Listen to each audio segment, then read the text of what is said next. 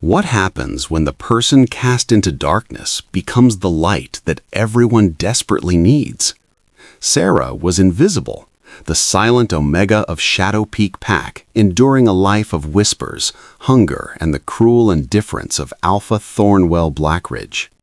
At the sacred convergence rite, she wasn't merely ignored, she was made an example. Before the assembled pack, Thornwell denounced her as a curse upon their bloodline, a hollow shell unworthy of the wolf spirit. Then he exiled her into the mountain wilderness at nightfall, when predators rule and the cold claims the weak. She stumbled through darkness until she found an abandoned silver mine, its entrance like a mouth leading to oblivion. Collapsing on the cold stone floor, she prepared for death, alone, forgotten, erased from pack memory. But when midnight struck and moonlight pierced the mine shaft, Sera opened her eyes to impossible warmth. She lay at the center of a living circle, 10 enormous wolves, each larger than any alpha she'd known, their bodies pressed protectively around hers like an ancient ritual. They hadn't come to end her, they'd come to save her. Because Sera wasn't just an Omega, she was the Eclipse Matriarch of legend, and Thornwell had just made the fatal mistake of setting her free. The great hall of Shadow Peak blazed with torchlight, but Sera remained in the shadows where she belonged. The convergence rite, held every 5 years under the full moon, was meant to renew pack bonds and celebrate their strongest members. Sera scrubbed the stone floors on her hands and knees, her chapped fingers leaving wet trails across ancient rock, while wolves in ceremonial furs stepped around her as though she were merely another stain to avoid. She had learned long ago to make herself small, invisible. The wolfless Omega who took the smallest portions, mended torn clothes in silence, and never, ever met anyone's eyes. Her wolf had never answered her calls, never stirred even once in 22 years. The pack whispered that she was hollow, cursed, a mistake the moon goddess had forgotten to finish. Alpha Thornwell Blackridge stood on the raised dais, his massive frame casting shadows across the assembled pack. His dark hair was streaked with silver at the temples, his face carved from granite and authority. Beside him stood Ravenna Ironwood, the Beta's daughter, draped in crimson furs that made her look like she'd already claimed her place as Luna. Her lips curved in a smile that never reached her cold amber eyes. Tonight, Thornwell's voice boomed across the hall, silencing even the crackling fires. We honor strength. We honor the blood that runs pure and the wolves that run strong. His gaze swept across the crowd, and Sera tried to shrink further into the corner near the kitchens, but his eyes found her anyway. They always did. But we also must acknowledge our failures. The hall went deathly quiet. Sera's heart hammered against her ribs. For too long, we have carried dead weight. We have fed and sheltered one who offers nothing in return, one who bears our name but not our gift. He pointed directly at her, and every head turned. Sera, stand before me. Her legs trembled as she rose, her worn tunic hanging loose on her thin frame. She wanted to disappear, to sink through the floor stones she'd just cleaned. The crowd parted, leaving her exposed in a circle of judgment. You are absence itself, Thornwell declared, his voice cutting like a blade, a void where a wolf should be. You drain our resources, weaken our bloodline by your very presence, and disgrace the pack that has shown you mercy for far too long. Sera's throat closed. She searched desperately for her parents in the crowd. Aldrich and Marin stood near the back, their faces turned away, shoulders hunched. They wouldn't look at her. Couldn't. I name Ravenna Ironwood as my chosen mate, my Luna, Thornwell continued, extending his hand. Ravenna glided forward, her satisfaction radiating like heat. She looked at Sera with pure, crystalline contempt before taking the Alpha's hand. And as my first act with my true mate beside me, Thornwell's voice dropped to something darker, I cast out the taint. Sera, you are rejected from this pack. You are exiled from Shadow Peak territory. You will leave before moonrise. If you are seen on our lands again, you will be killed as a rogue. The words slammed into her like physical blows, not just rejection, erasure. Alpha, please, she whispered, her voice raw and unused. It's nearly dark. The mountains are not my concern. His face was stone. Guards, take her to the border. 2 enforcers grabbed her arms, their grips bruising. They dragged her from the hall while the pack watched in silence, past her parents who still refused to meet her eyes, past Ravenna's triumphant smile. They hauled her through the compound and up the mountain path as dusk bled into darkness. At the territorial marker, a stream that ran black in the failing light, they released her with a shove. The Alpha has spoken, one muttered, almost apologetically. Go. Sera stumbled forward, the icy water shocking her system as she splashed through. When she looked back, they were already descending, their backs to her fate. She climbed. The temperature dropped with each step, and the path grew treacherous with loose scree and jutting rocks. Her thin tunic provided no protection against the wind that screamed through the peaks. Her tears froze on her cheeks. Her lungs burned, but she kept climbing, because stopping meant dying where someone might find her body, and she couldn't bear even that final shame. When she saw the mine entrance, a black mouth in the mountainside, she nearly sobbed with relief. The old silver mine, abandoned for decades, half collapsed and forgotten. She crawled inside, her hands bleeding from the climb, and collapsed on the cold stone floor in the absolute darkness. At least I'll die out of sight, she whispered to the emptiness. She closed her eyes, her body already going numb, and waited for the cold to claim her. She had been invisible her entire life. Now she would simply disappear. She didn't expect to ever wake up. Warmth. That was the first thing Sera noticed. Living, breathing warmth where there should have been only death's cold embrace. Her eyes snapped open.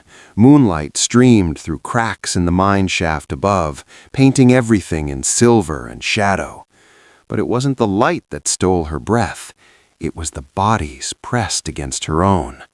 Fur, massive, thick fur surrounding her on all sides. The scent of pine and ancient stone and something wild filled her lungs. She was encased in a nest of wolves, their enormous forms creating a living wall of muscle and heat that had kept her alive through the killing cold. Terror shot through her veins like lightning. She tried to scream, but fear had locked her throat shut. Her heart hammered so violently she was certain they could hear it, could sense her panic like prey broadcasting its location to predators. But they weren't moving. They were sleeping. Sera forced herself to breathe, to think past the primal terror flooding her system. These weren't the wolves of Shadow Peak. She knew every member of her former pack, and none of them were this size. The creature pressed against her back was so large, its shoulder reached above her head, even lying down. Its fur was midnight black, so dark it seemed to absorb the moonlight rather than reflect it. She began counting, her mind desperately seeking order in chaos. 1 wolf at her back, 2 flanking her sides, 3 more creating a barrier at her feet. She craned her neck, seeing more massive forms in the shadows beyond. 5, 7, 9, 10 impossibly large wolves, and she was in the center of their circle, like something precious being protected, or preserved for later consumption. But that thought didn't hold. If they wanted to kill her, she'd already be dead. They'd had hours while she lay unconscious. Instead, they'd formed this nest, this shield of living warmth that had pulled her back from the edge of freezing. The wolf directly to her left stirred. Sera went rigid, every muscle locking. The creature's head lifted, and she found herself staring into eyes that were neither gold nor brown, but amber, the color of honey held up to firelight. Its fur was like silver smoke, pale and ethereal in the moonlight. But it was the intelligence in those eyes that froze her completely. This wasn't the gaze of an animal. This was awareness, recognition, understanding. The silver wolf regarded her for a long moment, then did something impossible. It huffed, a soft, deliberate breath that sent a plume of steam into the cold air, and gently nudged its nose against her shoulder. Not aggressive, reassuring. Sera's terror fractured into confusion. Wolves didn't comfort, rogues didn't protect, yet here she was, surrounded by creatures that should have torn her apart, and instead they'd saved her life. Movement drew her attention to the massive black wolf at her back. It was rising, moving with a fluid grace that seemed impossible for something so large. The other wolves remained still, watchful, as the black wolf stepped over them with careful precision. It moved to stand directly in front of Sera, its sharp face level with hers, even though she was sitting up now, pressed against the mine wall. This was the Alpha. She knew it with absolute certainty. The way the others deferred, the way it carried itself, this was leadership incarnate. Then it did something that shattered Sera's understanding of reality. The wolf's form began to change. Not the violent bone-breaking shift she'd seen pack members perform. This was fluid, almost graceful, like watching smoke reshape itself. The fur didn't recede, it dissolved. The massive frame didn't shrink, it reformed. Bones flowed rather than snapped, reshaping themselves with an ancient magic that predated the modern packs. Where the wolf had stood, a man now knelt. He was tall, even crouching, his broad shoulders covered in old scars that looked more like ritualistic markings than battle wounds. His hair was black as his wolf form, wild and touching his shoulders. His eyes, those same intense eyes, studied her with an expression that was equal parts relief and wonder. He wore simple leather breeches and nothing else, seemingly unbothered by the cold that made Sera shiver. "Don't be afraid," he said, his voice a deep rumble that resonated in the stone around them. It was the sound of distant thunder, of earth shifting, of something ancient and powerful. "What are you?" Sera's voice came out as barely a whisper. The man's lips curved into a slight smile, though his eyes remained serious, almost reverent. "My name is Kieran." He placed a closed fist over his heart and bowed his head, a gesture of respect so profound it seemed ceremonial. "And we've been searching for you, Sera of the Eclipse." Sera stared at him, at the 9 wolves that still surrounded her like an honor guard, at the impossible scene playing out in the abandoned mine where she'd come to die. "You know my name?" she said, her voice trembling. "How do you know my name?" Kieran lifted his head, and in the moonlight streaming from above, his eyes seemed to glow with an inner light. "Because your name was written in prophecy 1,000 years before you were born." He extended his hand toward her, palm up, offering rather than demanding. "Because we are the shadow-bound guard, and we have crossed continents and decades following a promise made to the moon goddess herself." He paused, his expression softening. "We didn't find you by accident, Sera. We found you because you finally called to us, and we will never let you face the darkness alone again." Sera pulled her knees to her chest, trying to process words that made no sense. Prophecy, eclipse, the shadow-bound guard. It sounded like stories told to pups, fairy tales to help them sleep, not reality, not her reality. "I think you have the wrong person," she said, her voice still hoarse from cold and crying. "I'm nobody. I'm wolfless. "You are not wolfless. Kieran's voice cut through her protest with quiet authority. You never were. The silver wolf that had nudged her earlier shifted then, the same fluid transformation that defied nature. The man who emerged was leaner than Kieran, with pale hair the color of moonlight and those striking amber eyes. He moved to kneel beside his alpha, his posture formal, but his gaze warm. "My lady," he said, inclining his head, "I am Theron, second of the shadow-bound guard, and keeper of the old prophecies." His voice was smoother than Kieran's, almost melodic. "What you've been told about yourself your entire life is a lie. A necessary lie, perhaps, but a lie nonetheless." "I don't understand." Sera looked between them, her heart racing. "My wolf never came.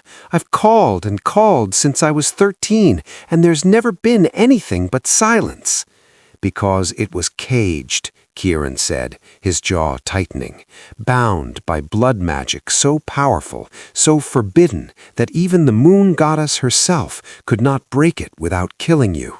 Theron pulled something from a leather pouch at his belt, a small, ancient book bound in what looked like bark and sinew. He opened it carefully, revealing pages covered in symbols that seemed to shimmer in the moonlight. The prophecy was recorded by the first shamans before the great packs divided, he said. "Listen, where shadow and light converge, the eclipse shall rise. Born of wolf blood and omega soul, she will bridge the divide between power and compassion. She will heal what is broken, unite what is scattered, and stand against the darkness when the shadow eclipse devours the moon." "That's not me," Sera whispered, but even as she said, something deep in her chest, something that had always felt hollow, began to ache. Kieran shifted closer, his movements careful, non-threatening. 22 years ago, a child was born to Aldrich and Marin of Shadow Peak during a lunar eclipse. The midwife saw her eyes glow silver before she even drew her first breath. Word spread quickly. The Alpha at that time, Garrick Blackridge, Thornwell's father, was a tyrant who tolerated no threats to his power. "He would have killed you," Theron continued, his voice gentle but firm. "Garrick had murdered 3 infants before you, children who showed signs of unusual gifts. Your parents knew what would happen if he learned what you were." Sera's breath caught. "What I was?" "The Eclipse Matriarch." Kieran's words fell like stones into still water. "A wolf born once every 1,000 years, with the power to command not through dominance, but through connection. You could have bound entire packs to your will, not through force, but through something deeper, through understanding, empathy, through the Omega gift amplified to its ultimate form." "So they took it from me," Sera said, her voice breaking. "My parents! They stole my voice, my power, my very self. And for what? To save me from one tyrant while condemning me to a lifetime of suffering under another?" "You could have a life. I could have a life," she said, her voice shaking with rage. "I could have been someone." "You still can be." Kieran's hand moved slowly, giving her time to refuse, and settled gently on her shoulder. His touch was warm, grounding. "You are someone, Sera. You always were.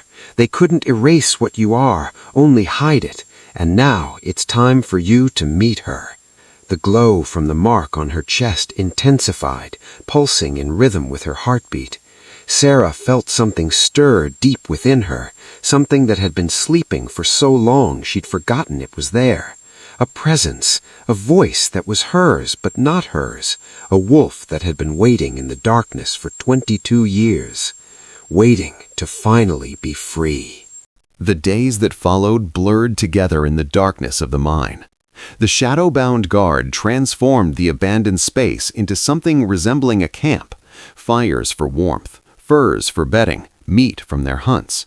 But the comfort felt wrong to Sera, who had spent her life taking only what others left behind. She kept trying to serve them, to clean, to make herself useful in the only ways she knew. "Stop," Kieran said on the third morning, catching her wrist as she reached for his empty plate. His grip was gentle but firm. "You are not here to serve us, Sera. You are here to remember who you are." "I don't know who that is," she whispered. "Then it's time to find out." They gathered in the deepest chamber of the mine, where the moonlight couldn't reach and the only illumination came from a small fire. The 10 members of the guard sat in a circle with Sera at its center. She felt exposed, vulnerable, the weight of their expectations pressing down on her chest. "Close your eyes," Theron instructed, his voice falling into a rhythmic cadence. "Breathe. Feel the space within yourself where your wolf should be." She tried. She'd tried for years, calling into the void, begging for an answer that never came. But now, with the binding broken, she felt something different. Not emptiness, but a door, locked, waiting. "I don't know," she whispered after long minutes of silence. "There's nothing there." "There's everything there," Kieran's voice came from directly behind her. "You're trying to ask permission, Sera. Your wolf doesn't need permission. She needs a command. She needs you to claim her." "I don't know how." "Yes, you do. You've been silent your entire life. Now speak." Sera's throat tightened. Speaking meant being seen. Being seen meant being hurt. The equation was simple, had been proven again and again. "They taught you that your voice didn't matter," Theron said softly, "that you should be grateful for scraps, invisible, forgotten. But that was a lie designed to keep you small. Your voice is the key, Sera. Use it." She tried again, reaching inward with more force this time, demanding rather than asking, and suddenly she felt it, a response, a flicker of consciousness that wasn't her own, but was intimately familiar, like recognizing your reflection after years of avoiding mirrors. "We are here," the voice crashed through her mind like a wave, feminine and feral and furious. "We are here. We remember everything." Sera gasped, her eyes flying open. "She spoke! My wolf! She spoke to me!" The shadow-bound guard leaned forward as one, their expressions intense. "What did she say?" Kieran asked. "She said she remembers." Sera pressed her hand to her chest, where the suppression mark still glowed faintly. "She remembers everything they did to us." "Good," Kieran said, and his voice held a dangerous edge. "Use that. The rage, the pain, the years stolen. Use it all. Your wolf isn't separate from you, Sera. She is you, the parts they tried to bury. Welcome her. Welcome all of it."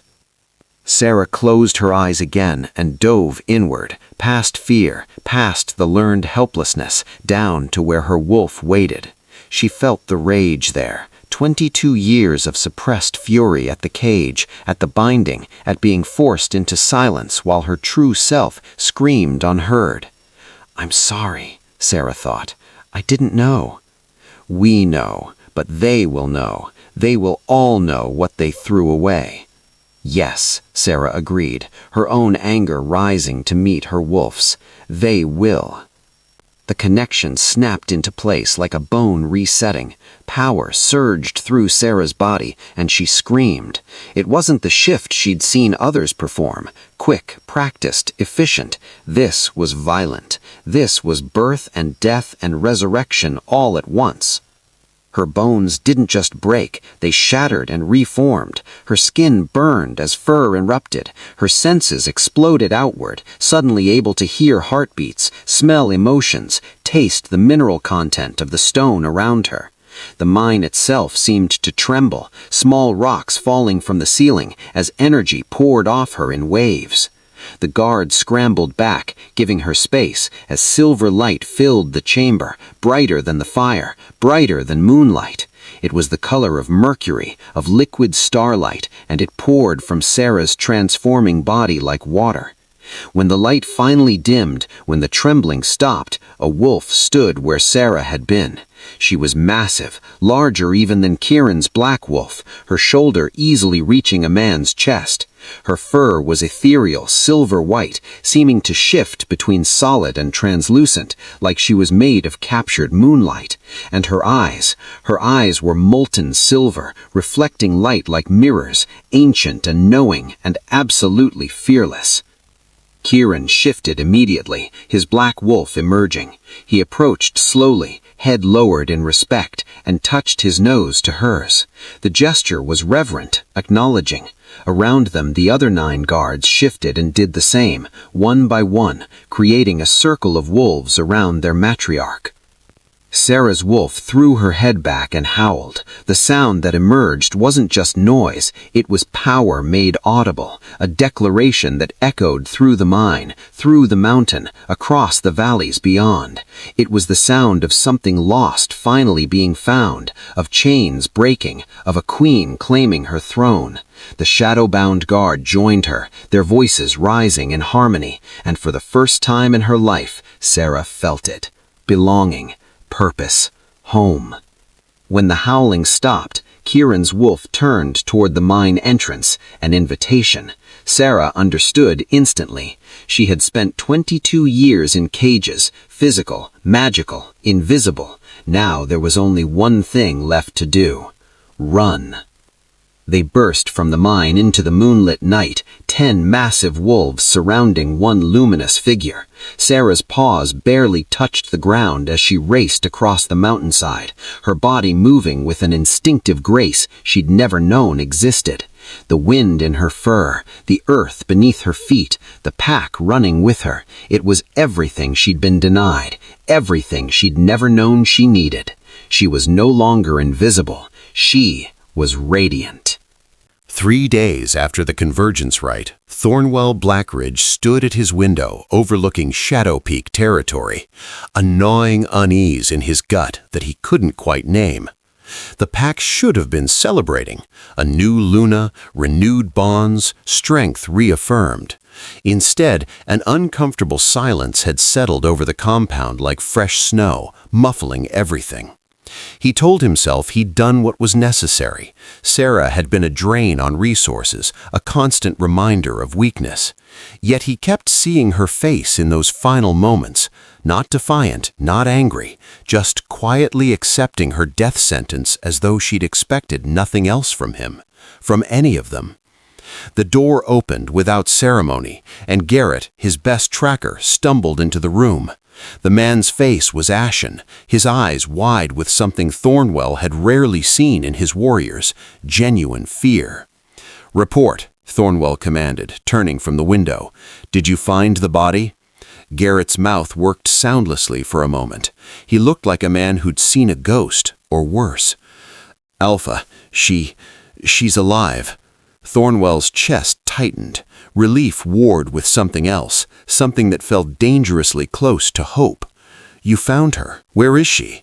"The old silver mine. But Alpha," Garrett's voice cracked, "she's not alone, and she's not what we thought. Explain yourself." "There are 10 wolves with her, massive ones, bigger than any I've ever seen. They move like soldiers, like a trained guard. And she," Garrett's hands trembled as he gestured helplessly, "she runs with them. Her wolf, Alpha, I saw it. It glows, like captured moonlight, like something out of the old stories. And they obey her, all of them. She's their leader." The words made no sense. "That's impossible. Sera is wolfless." "Not anymore." Garrett's voice dropped to a whisper. "I watched her shift. I've never seen anything like it. The power that came off her, it made the trees shake, Alpha. She's no Omega. She's something else entirely." Before Thornwell could respond, Ravenna swept into the room, her crimson dress trailing behind her like blood. "What's this about the exile?" Her tone was sharp, possessive. She'd been listening, of course. "She's alive," Thornwell said, still processing. 10 wolves with her. Ravenna's expression flickered, surprise, then calculation, then something cold and decisive. 10 rogues, you mean? She's gathered strays and outcasts to strike back at us." Garrett said they move like a guard. Because she's controlling them, Ravenna's voice rose, taking on a hysterical edge that seemed calculated rather than genuine. Don't you see? She's conjured something dark, something forbidden. A wolfless Omega doesn't suddenly gain a wolf and an army. She's made a deal with forces beyond our understanding. That's quite an accusation, Thornwell said, but doubt wormed through him. Could it be true? Think about it. Ravenna moved closer, her hand settling on his arm. She was always unnatural. No wolf, no presence, like a void. What if that wasn't weakness but something else, something biding its time, waiting? She turned to Garrett. This glowing wolf you saw, did it look natural or did it look like witchcraft? Garrett hesitated. It was otherworldly, Luna. There. Ravenna's fingers tightened. She's conjured demons to destroy what she could never have. She'll come for us, Thornwell, for revenge, for your throne. The exile was humiliating, Thornwell admitted, but to gather an army? She has nothing to lose and everything to gain. Ravenna's voice dropped to urgent intimacy. You showed the pack your strength by casting her out. If she returns with power, if she challenges you and wins, what does that make you? The Alpha who was bested by the wolfless Omega he exiled to die? The word struck at Thornwell's deepest fear. Not death, but humiliation, the loss of respect, of authority, of everything he'd built. His father, Garrick, ruled through fear and died alone, hated. Thornwell had tried to be different, but strength still mattered. Strength was everything. A voice spoke up from the back of the room. Young Dalton, barely 20, one of the newer warriors. Alpha, if I may, Sera never hurt anyone. She served without complaint for years. Maybe what? Ravenna whirled on him. Maybe we should welcome a witch and her demon pack into our territory? Thank her for the threat she poses to every pup, every elder? I'm just saying she never seemed like someone who'd seek revenge. Silence, Thornwell's command cracked through the room. He couldn't afford doubt. Not now. Not with Ravenna and Garrett and the whole pack watching to see how he'd respond to this threat. A true Alpha protected his pack. A true Alpha eliminated dangers before they could strike. The guilt that had gnawed at him for 3 days crystallized into something sharper, more useful: anger. If Sera had simply died as he intended, none of this would be happening. Instead, she'd somehow acquired power and allies, and now he'd have to deal with the mess. Gather the war pack, he ordered, his voice hardening. 20 of our strongest warriors, full combat formation. Alpha, Dalton tried again. I said silence. Thornwell rounded on him. Do you question my judgment? Do you think a weak heart belongs in my guard? No, Alpha. Good. He turned to Garrett. Can you lead us back to the mine? Yes, Alpha. Then we ride at dawn. He looked at each face in the room, his expression carved from stone. Sera made her choice when she gathered those rogues. She's declared herself an enemy of Shadow Peak. We will end this threat before it grows. We will remind her, and anyone who follows her, that I am Alpha of this territory. Ravenna's smile was triumphant. As it should be, my love. Strength must be maintained.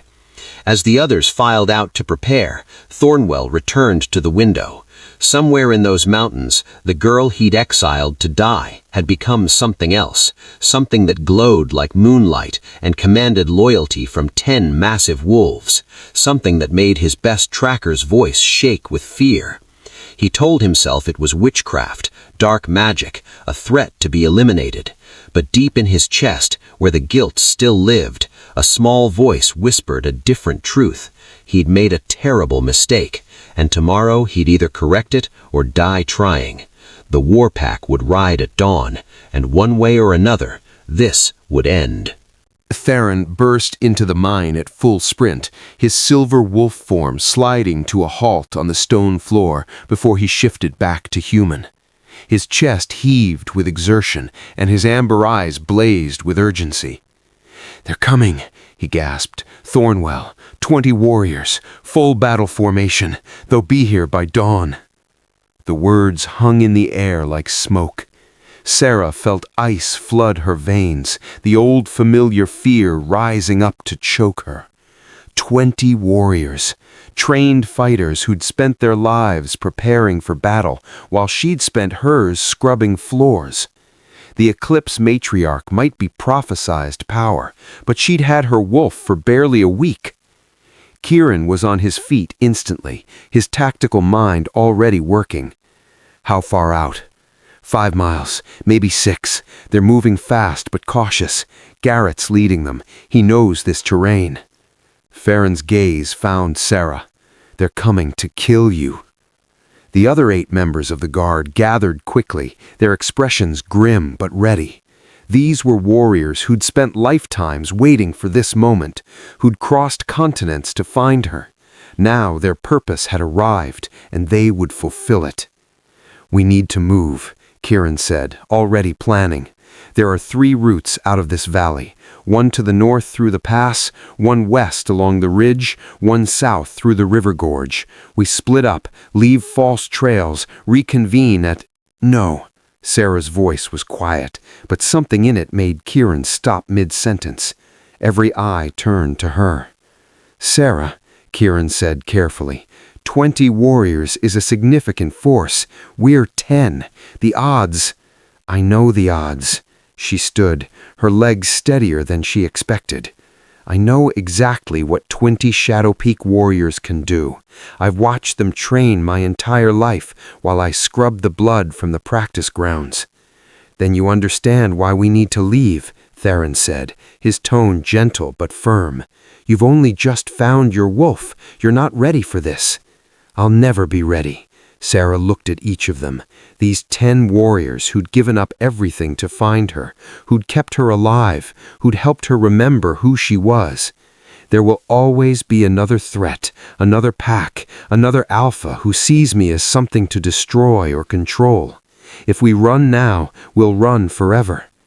Kieran stepped closer, his scarred face intense.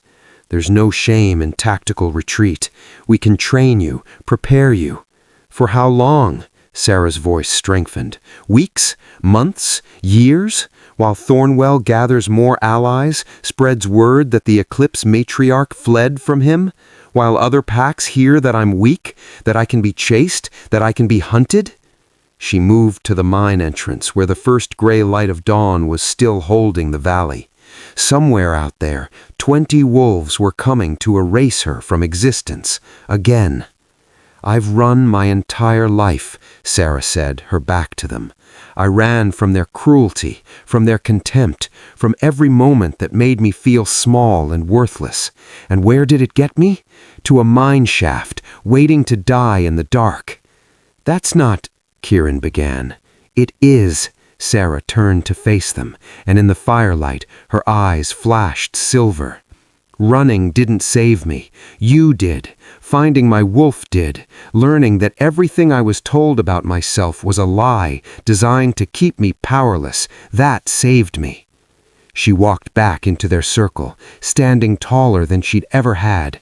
"Thornwell is coming here because he's afraid, because somewhere in his pride-soaked mind he knows he made a mistake.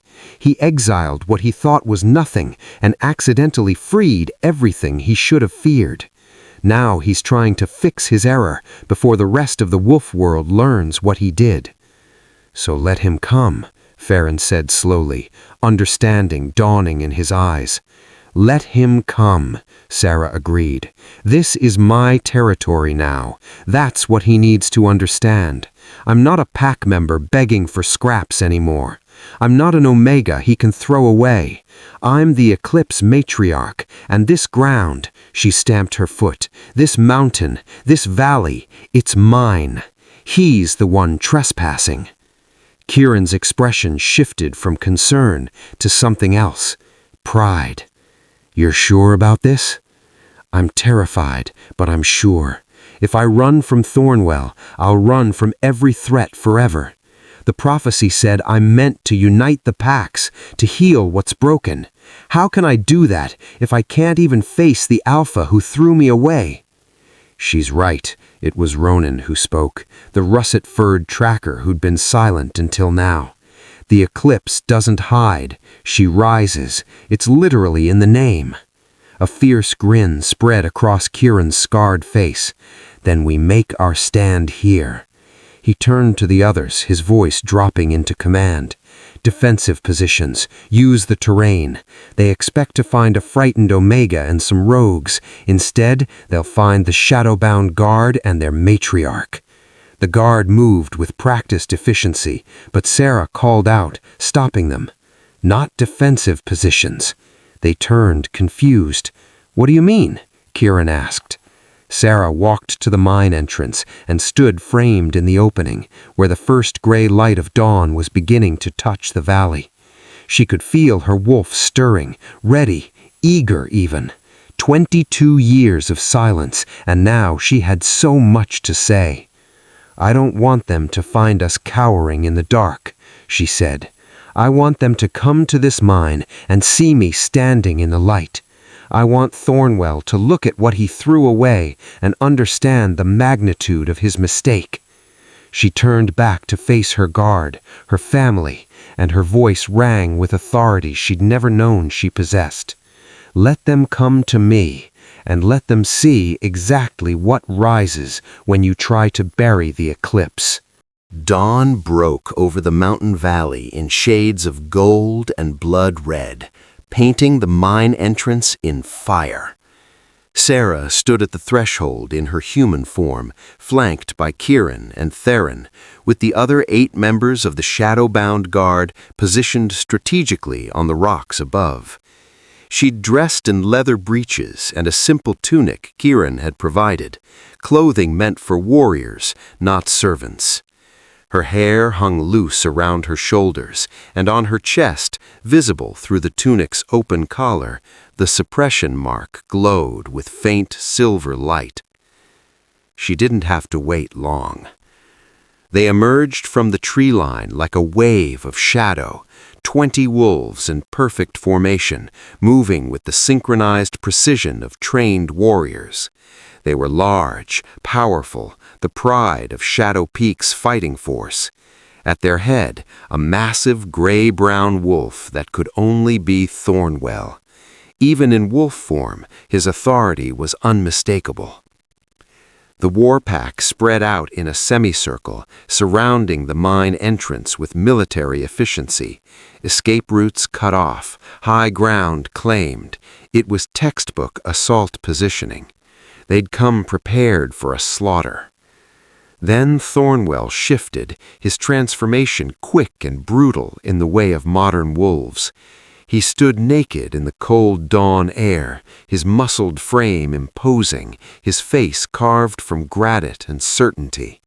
Behind him, Ravenna shifted as well, her body wrapped in a fur cloak, her expression twisted with something that looked like triumph and terror combined. "Sera!" Thornwell's voice boomed across the clearing, amplified by his alpha authority. "You stand accused of consorting with dark forces, of gathering rogues against your rightful pack, and of treason against Shadow Peak. I offer you one chance. Surrender yourself and these creatures, and I will show mercy. Refuse, and we will take you by force." Sera felt her wolf stir beneath her skin, eager, ready, but she held her human form. She wanted Thornwell to see her face when she spoke. "Mercy?" Her voice carried clear and strong, none of the trembling uncertainty that had defined her entire life. "You threw me into the wilderness to die, and you call what comes after mercy?" "You were exiled for the good of the pack," Thornwell said, but there was something uncertain flickering in his eyes. He'd expected to find a cowering girl, maybe some desperate rogues. Instead, he saw someone who stood like a queen, surrounded by wolves that radiated ancient power. "She is no witch," Kieran's voice cut through the accusation like a blade. He stepped forward, and even in human form, his presence made several of the Shadow Peak warriors step back instinctively. She is the Eclipse Matriarch, risen as the prophecy foretold, and she is mine." He held up his right hand, palm facing outward. On his skin, glowing with silver-white light, was a mark that looked like a crescent moon intersecting a circle, an eclipse rendered in living energy. Sera raised her own hand, showing the matching mark on her palm.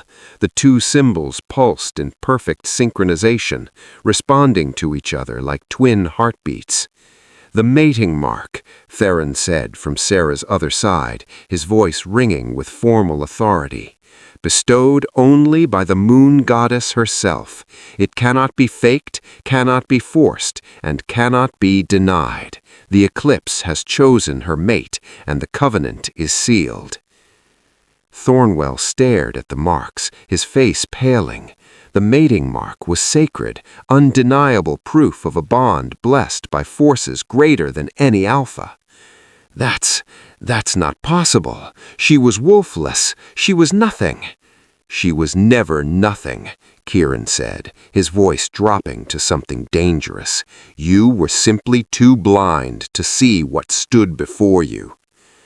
Ravenna's composure finally shattered, her face contorted with rage, with jealousy, with something primal and ugly. "Liar!" she shrieked, her voice cracking. "You stole him! You stole everything! You're nothing but a servant, a void, a mistake!" Before anyone could react, before even Thornwell could command her to stop, Ravenna shifted. Her transformation was violent, desperate, and the massive brown wolf that emerged launched itself directly at Sera with a feral snarl. 20 feet of distance closed in a heartbeat, claws extended, jaws wide, death in her yellow eyes. Sera didn't move, didn't dodge, didn't even flinch. She simply raised her hand. Ravenna's wolf form hit that outstretched hand and stopped, completely, impossibly stopped, as though she'd struck a stone wall instead of a woman half her size. Her arm didn't even tremble, her feet didn't slide. She'd caught a charging wolf mid-leap with one hand, like it weighed nothing at all. The clearing went absolutely silent. Sera looked into Ravenna's shocked, terrified yellow eyes. When she spoke, her voice was soft, almost gentle, which somehow made it more terrible. "You never had anything I wanted." Then she released her power. Silver-white energy exploded from Sera's palm, not fire, not lightning, but pure concentrated force that looked like liquid moonlight. It struck Ravenna's wolf form and threw her backward with devastating force. The wolf sailed through the air, tumbling end over end, and crashed into the mountainside 30 feet away with a sickening crack. Ravenna's wolf form collapsed, shifted involuntarily back to human, and lay still. Not dead, Sera could hear her labored breathing, but utterly, completely broken.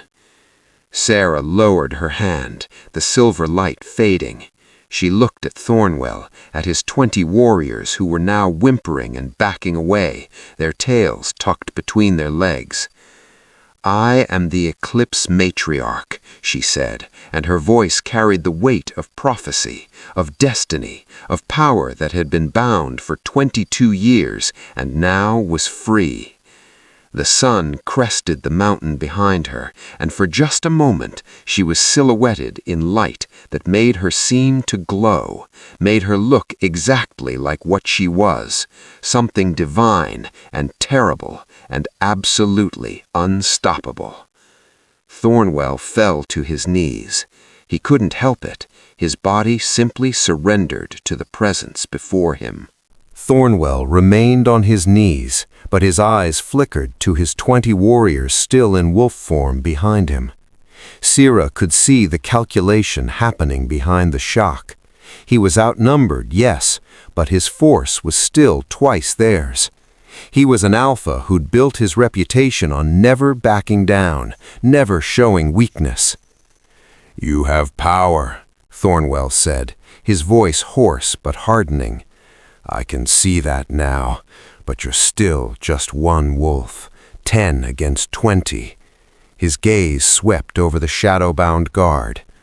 "I underestimated you. I won't make that mistake in the fight to come." Kieran's laugh was dark and dangerous. Fight. He looked at Theron, at Ronan, at the other 7 members of their covenant, and something passed between them, an understanding, a shared decision. "You brought 20 warriors, Thornwell. You should have brought hundreds." "Shadow-bound," Sera said, understanding what was about to happen. "Show him what hunts in the dark." As one, the 10 members of the guard shifted. But this wasn't the transformation Thornwell knew. This wasn't modern wolves emerging. The air itself seemed to thicken, to pulse with ancient power. Their bodies didn't just change, they expanded. Bones didn't crack, they elongated with sickening fluidity. Fur sprouted thick and shaggy, primitive and wild. Where 10 large wolves should have stood, 10 monsters emerged. They were dire wolves, primordial creatures from the first age, extinct for 1,000 years in all the stories. Each one stood nearly twice the size of Thornwell's alpha form, their shoulders broad as bears, their jaws capable of crushing bone with ease. Kieran's black direwolf was a mountain of shadow and muscle. Theron's silver form looked like a ghost from ancient nightmares. The others were equally terrifying, rust red, storm gray, earth brown, each one radiating power that predated modern pack law. Thornwell's warriors broke. The formation shattered as the 20 wolves whimpered, tucked their tails, and backed away. Several shifted involuntarily back to human form, their wolves too terrified to maintain the change. These weren't rogues, these weren't even normal alphas, these were legends made flesh, and every instinct in their bodies screamed the same message: submit or die. "No," Thornwell whispered, staring up at the 10 dire wolves that had moved to flank Sera like a living wall of death. "This isn't possible. Dire wolves are extinct. They're myths." "They were sleeping," Sera said, her silver eyes reflecting the dawn light, "waiting for the eclipse to rise. And now they're awake." Kieran's dire wolf took a single step forward, and the sound of his paw hitting stone echoed like a judge's gavel. His scarred eye glowed with primal authority as he stared down at the alpha who'd cast away his destined mate. Thornwell's composure finally, completely shattered. He pressed his forehead to the ground, his body shaking. "Eclipse Matriarch," he gasped, the words torn from somewhere deep and primal. "Mercy, please, mercy." Sera felt her wolf surge inside her, felt the rage of 22 years demanding release. "He deserves none," her wolf snarled. "He cast us out to die. He humiliated us. He made us nothing. End him. Take his pack. Show them all what happens when they underestimate the eclipse." The temptation was intoxicating. One word and Kieran would tear Thornwell's throat. One command, and the shadow-bound guard would slaughter every warrior who'd come here to kill her. She could take Shadow Peak, could make Thornwell's pack kneel, could finally make them all pay for every moment of suffering. But then she heard Theron's voice from that first night, reciting the prophecy. "She will heal what is broken, unite what is scattered." Sera closed her eyes, felt the war inside herself, shadow and light, vengeance and wisdom, destruction and creation. The eclipse wasn't just darkness, it wasn't just light, it was the balance between them, the moment when both existed together. Sera opened her eyes and made her choice. "Get up, Thornwell." He rose shakily to his knees, unable to meet her gaze. "You have a choice," Sera said, her voice carrying to every warrior, every witness. The old way, rule through fear, cast out the weak, hoard power like it makes you strong, dies here. Or you can choose a new path. She gestured to the mine behind her. This place where you sent me to die will become a sanctuary. You and your warriors will rebuild it with your own hands, not as a tomb, but as a hall where the forgotten are remembered, where the exiled find refuge, where the broken are healed. Thornwell's eyes widened. You're letting me live? I'm giving you the chance to atone, corrected Sera. You remain Alpha of Shadow Peak, but you serve under my covenant now. Your authority is measured not by how much you dominate, but by how well you protect. Every member of your pack, from the strongest warrior to the lowest Omega. You fail them again, and I will return, and next time I will not offer mercy. She pointed to where Ravenna lay unconscious. She will be exiled to human lands, stripped of pack bonds. She has shown she doesn't understand what it means to be pack. Let her learn to live without one. Then Sera's gaze found two figures in the back of Thornwell's force, Aldrich and Marin, her parents, who'd shifted to human form and stood trembling. And you, her voice hardened, you will stand before all of Shadow Peak and confess what you did. You will tell them how you bound my wolf, how you stole my life to save it. The pack deserves the truth about what fear made you become. Aldrich fell to his knees. Daughter, please. I am not your daughter, Sera said, each word a blade. I am the Eclipse Matriarch, and your atonement begins with honesty. She swept her gaze across all 20 warriors. This is the new order: strength in service, power in protection, unity in diversity. Kneel if you accept these terms, run if you reject them, but know that the eclipse has risen, and the old ways die with the dawn.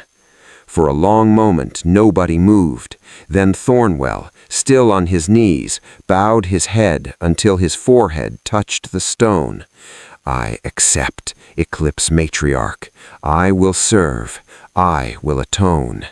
One by one his warriors knelt, some with relief, some with shame, some with dawning hope. Even Aldrich and Marin pressed themselves to the ground, unable to speak through their sobs. Sera stood surrounded by her dire wolf guard, witness to the submission of an entire pack, and felt the weight of prophecy settle on her shoulders. This was what it meant to be the eclipse, not to destroy the darkness, but to show it the path back to light. The Shadow Peak warriors departed as the sun climbed higher, no longer the confident war pack that had arrived at dawn. Thornwell led them down the mountain path, his shoulders bent under the weight of new understanding. He paused once at the tree line, looking back at the mine entrance where Sera stood flanked by her direwolf guard. Their eyes met across the distance, Alpha and Matriarch, old power and new. Then he bowed his head and disappeared into the trees, taking his humbled pack with him. Sera watched until the last warrior vanished from sight. Only then did she allow herself to breathe, to feel the trembling in her legs, the exhaustion creeping through her bones. She'd held herself together through sheer will, but now that the threat had passed, the weight of what she'd done crashed over her like a wave. She swayed, and immediately Kieran was there, shifting back to human form with that impossible fluid grace. His arms caught her before she could fall, pulling her against his chest. His heart hammered beneath her cheek, beating as hard as her own. "It's done," he murmured into her hair, his voice thick with emotion. "You did it." Sera's hands fisted in his leather vest, holding on as though he were the only solid thing in a spinning world. "I thought I'd want to destroy him. Part of me wanted to. I know. Kieran's arms tightened around her. But you chose wisdom. You chose to heal instead of break. That's why the prophecy chose you. The other 9 members of the guard shifted back to human form, giving them space but forming a protective circle around their matriarch and her mate. Theron's amber eyes were bright with pride. Ronan wore a fierce grin. Even the usually stoic twins looked moved by what they'd witnessed. Kieran pulled back just enough to frame Sera's face with his hands, his scarred features soft with wonder. "The prophecy is fulfilled," he said, his voice breaking on the words. "You're real. After centuries of searching, of following whispers and half-forgotten signs, you're actually real." "We're real," Sera corrected, taking his hand. The eclipse mark on her palm glowed brighter, pulsing in perfect rhythm with the mark on his. The symbols seemed to reach for each other, light calling to light. "I couldn't have done this alone." "You were never meant to." Kieran pressed his forehead to hers, a gesture of intimacy and reverence. "The eclipse rises, but she doesn't rise alone. That's the point." Sera turned to look at the mine entrance, this place that had nearly been her tomb. In the morning light it looked different, not a wound in the mountain, but a doorway, a threshold between what was and what could be. "This is where we'll start. Thornwell will rebuild it, but this territory, this mountain, this valley, it's ours, our seat of power, our sanctuary. From shadow to light, we rise," Theron said softly. "We rise," the other 8 echoed, their voices blending into something that felt like a vow, like a prayer. Sera walked to the mine entrance and placed her hand on the cold stone. Beneath her palm, the rock seemed to warm, to respond to her touch. "The invisible girl became the radiant queen," she murmured, remembering the terrified creature who'd crawled in here expecting to die. That girl was gone, transformed by fire and prophecy into something new, something powerful, something that could finally speak without fear. Kieran moved to stand beside her, and one by one, the guard joined them, 10 warriors and their matriarch, silhouetted against the rising sun. The nest had reformed, but no longer as refuge. Now it was a throne, a seat of power from which they would reshape the world of wolves. But Kieran's expression grew serious as he looked toward the horizon. "Sera, there's something you need to know, something we haven't told you yet." She turned to face him, reading the concern in his eyes. "What is it?" "The prophecy speaks of your rise," Theron said, his voice taking on the cadence of ancient recitation. "But it also speaks of why you rise. When the shadow eclipse devours the moon, when darkness thought dead stirs once more, the matriarch shall stand between the world and the void." A chill ran down Sera's spine. "What does that mean?" "It means your awakening wasn't random," Kieran said, his hand finding hers. "The binding broke when it did, because something else is waking, something ancient and hungry that we thought was destroyed in the last great war." "The shadow eclipse," Sera whispered. "You mentioned it before." "It's coming," Ronan said grimly. "We don't know when, but the signs are there. Animals fleeing territories they've held for generations, the old places, sacred groves, spirit grounds going silent, darkness gathering where it shouldn't be." Sera looked at her guard, at these 10 warriors who'd given up everything to find her, who'd saved her from death and given her back her voice. "Then we'll face it, together. That's what the eclipse does, stands between shadow and light, holds the balance when everything threatens to fall into chaos." Kieran's fierce grin returned. "There's the queen I knew would rise." "The eclipse has risen," Theron said, looking at Sera with something like awe, "but the true test is yet to come. Are you ready, my lady?" Sera turned back to the valley, to the mountain that was now hers, to the future that sprawled before her like an unwritten story. She thought of Thornwell's submission, of her parents' crimes, of Ravenna's broken pride. She thought of 22 years of silence finally ending with a voice that could command dire wolves and reshape pack law. But most of all, she thought of the darkness gathering on the horizon, the ancient evil stirring, the shadow eclipse that her very existence was meant to stand against. "No," she said honestly, "I'm not ready, but I will be." She looked at Kieran, at her guard, at her family forged not in blood but in destiny. We have work to do, a sanctuary to build, packs to unite, and whatever darkness is coming, her silver eyes flashed with determination, the eclipse will be waiting. The sun climbed higher, burning away the last shadows of night, and in the light of that new dawn, the world of wolves began to change. And so the invisible Omega, the girl cast into a mind to be erased from memory, found her voice, not in spite of her silence, but because of it. Sera's story teaches us that sometimes you must be buried in darkness before you can rise as the light the world desperately needs.